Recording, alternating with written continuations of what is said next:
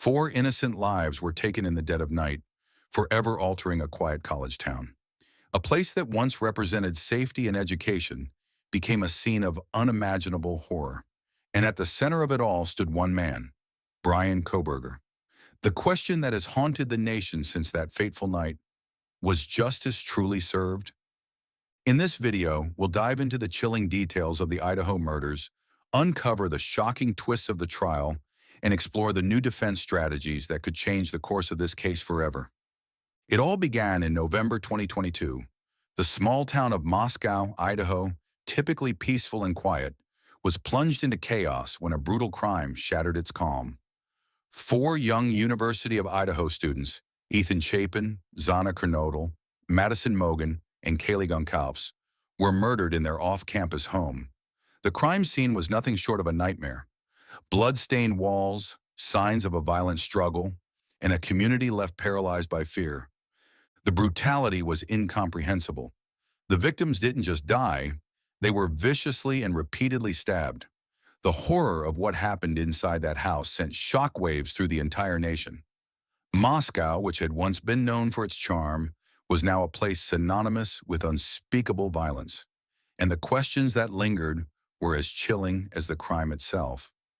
Who could do something like this? And why? For weeks, the investigation seemed to stall, with no clear leads and no arrests.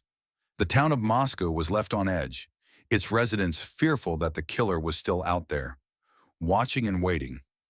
But then, in a twist no one saw coming, police announced they had arrested someone. In December 2022, Bryan Kohberger, a 28-year-old criminology PhD student at nearby Washington State University, was taken into custody. His arrest stunned the world. How could someone studying criminal psychology, someone whose entire academic career focused on understanding the criminal mind, be accused of such a heinous act? Bryan Kohberger quickly became the face of the Idaho murders. With his piercing, unsettling gaze and his cool demeanor, Kohberger seemed almost to embody the very thing that he studied. A quiet, introverted man who was obsessed with the psychology of criminals. Could he have been hiding something darker beneath the surface? Or was this simply an intellectual curiosity that spiraled into something terrifying?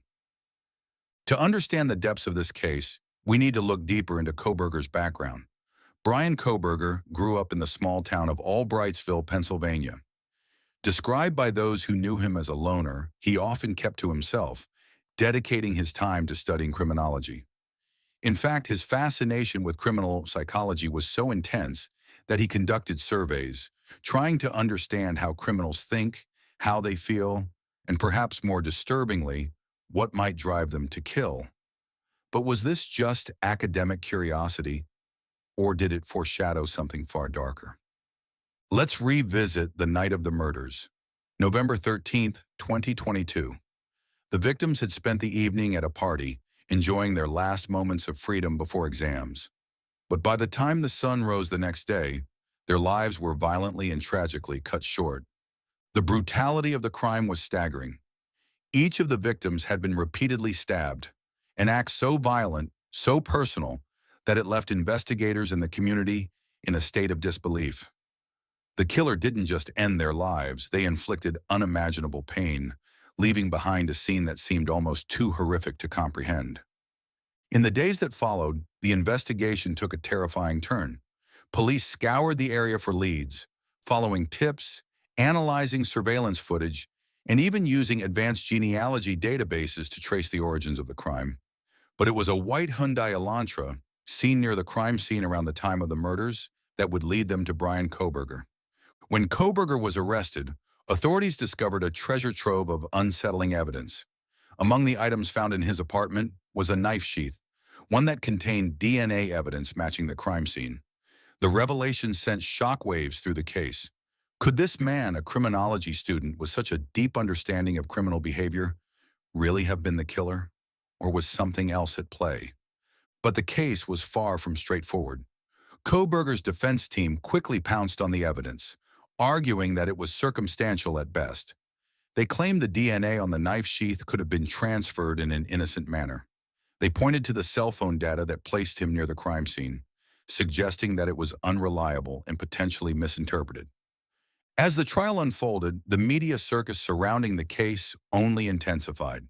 Prosecutors painted a damning portrait of Kohberger as a calculated killer, a man who had stalked and planned the murders with chilling precision.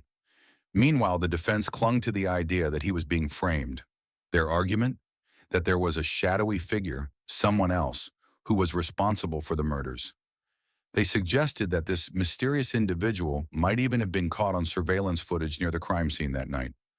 But it wasn't just this mysterious figure that caught the defense's attention. They also delved into Kohberger's psyche. They argued that his obsession with criminal psychology wasn't a roadmap to murder, but rather a harmless academic interest.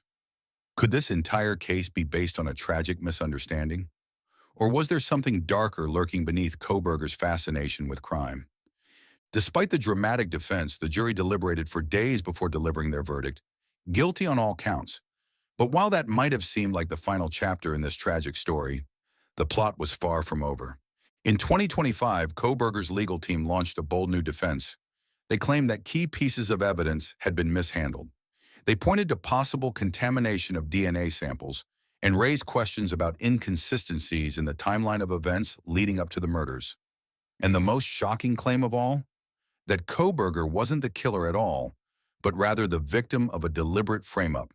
Their evidence? A mysterious figure seen near the victim's home on the night of the murders. Someone they believed could be the real killer. Could these new defense strategies be enough to overturn the verdict?